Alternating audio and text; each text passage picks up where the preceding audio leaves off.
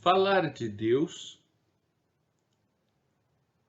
tentar compreendê-lo, é uma tarefa que ultrapassa a nossa capacidade. O Salmo 131 diz assim: Senhor, meu coração nem se elevou, nem meus olhos levantaram, não me exercito em grandes assuntos, coisas elevadas demais para mim. A Trindade é uma dessas coisas que é elevada demais para a nossa compreensão.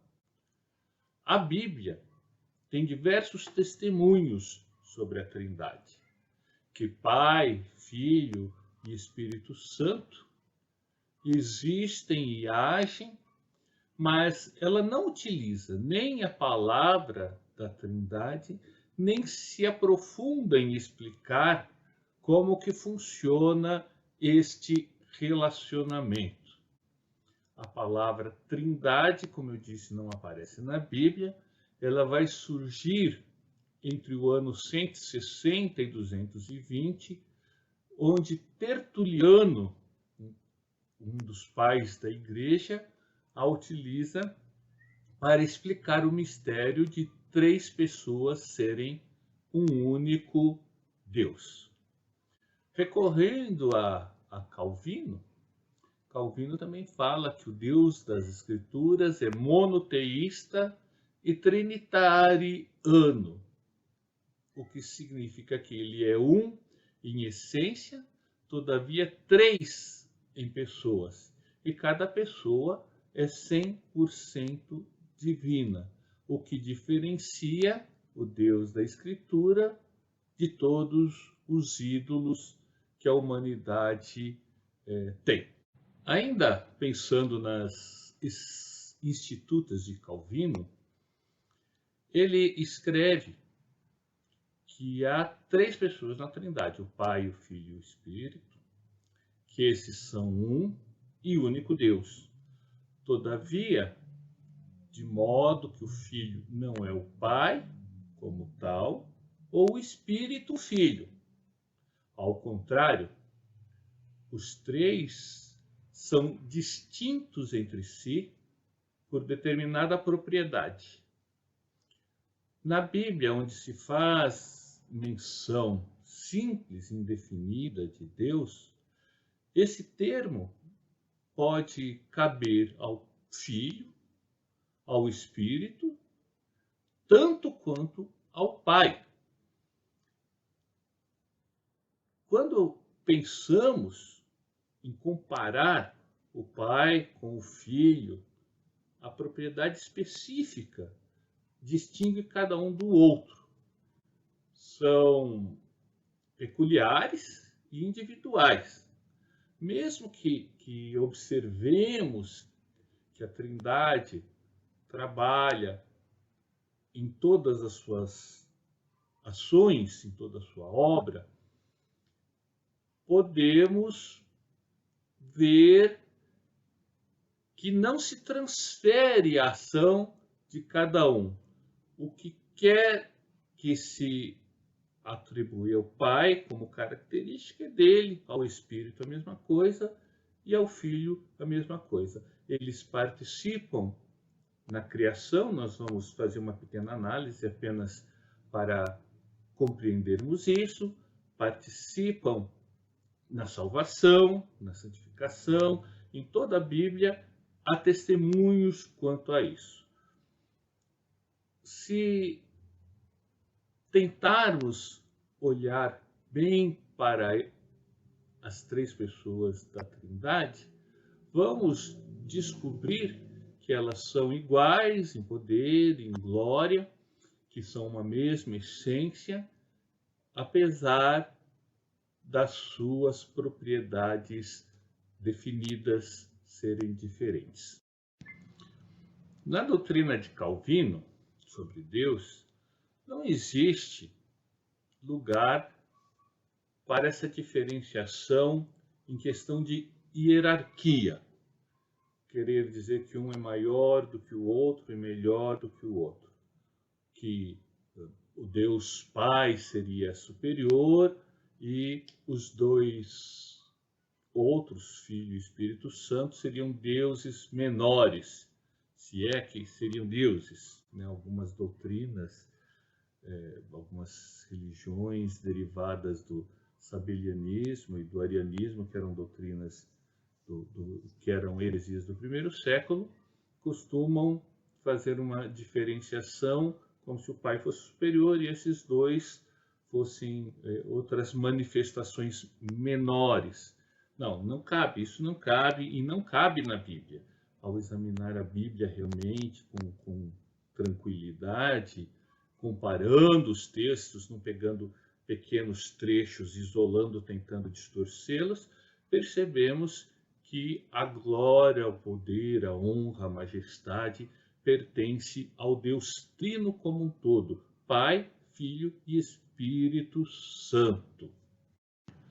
Uma outra distorção que às vezes acontece, diferente do subordinacionismo, que foi essa doutrina que eu acabei de citar, é o que é chamado de modalismo. A doutrina que Deus é uma essência e um em pessoa. Vejam, essência e pessoa são um. Diferente do que nós falamos agora na doutrina de Calvino, que eles são um em essência e três em pessoa. Então, nesse modalismo, o que existe é apenas três formas diferentes de se referir à mesma pessoa dentro da Trindade. Seria como a minha mãe me chama de filho, o meu filho me chama de pai, a minha esposa me chama de marido. Então, funções diferentes conforme o que está fazendo no momento.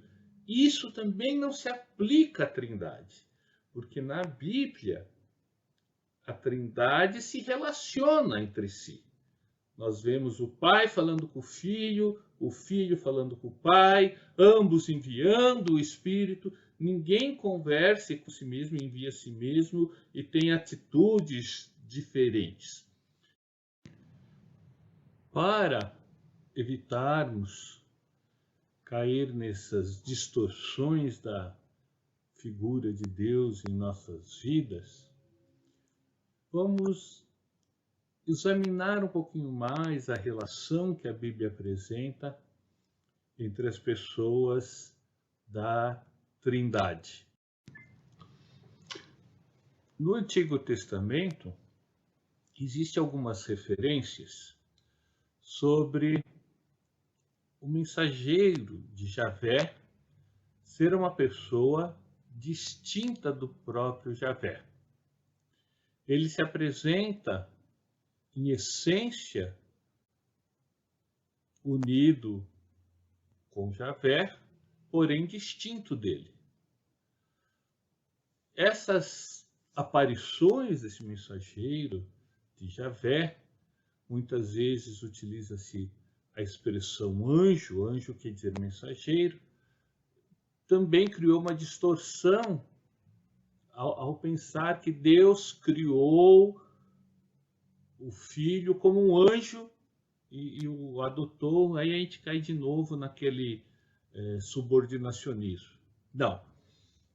Esse mensageiro de Javé, que toma a forma de um anjo ou de um homem para aparecer de forma visível aos profetas, aos homens santos de Deus na antiguidade, ele vai tendo a sua revelação desenvolvida mediante o Antigo Testamento, e aí verifica-se que se atribui a ele títulos divinos, adoração divina, dado a esse anjo, mensageiro, e este o aceita, quer dizer, aceita a adoração e os títulos divinos, mostrando que é uma revelação do ser eterno, do Deus Todo-Poderoso, ou outros títulos que aparecem, o Príncipe da Paz, o Adonai, o Senhor de Davi, que vai nascer de uma virgem, que vai ser o servo sofredor, que será desprezado e rejeitado pelos homens.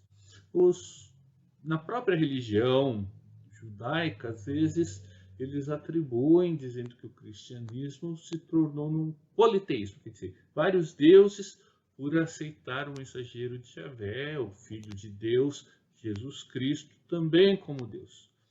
Contudo, na própria religião judaica, nas escrituras sagradas que são aceitadas também pelo judaísmo, este ser que se manifesta como o mensageiro de Javé aceita a adoração, e em todas as escrituras diz que a adoração só pode ser oferecida a Deus. Então esse seria um primeiro ponto em que nós vemos desde o Antigo Testamento que Jesus Cristo é Deus. No Novo Testamento, um texto básico para se ver a divindade do Filho é João 1, o versículo 1 e 2 e o versículo 14, que falam claramente que o Verbo, Jesus, o Verbo, Logos de Deus, é o próprio Deus.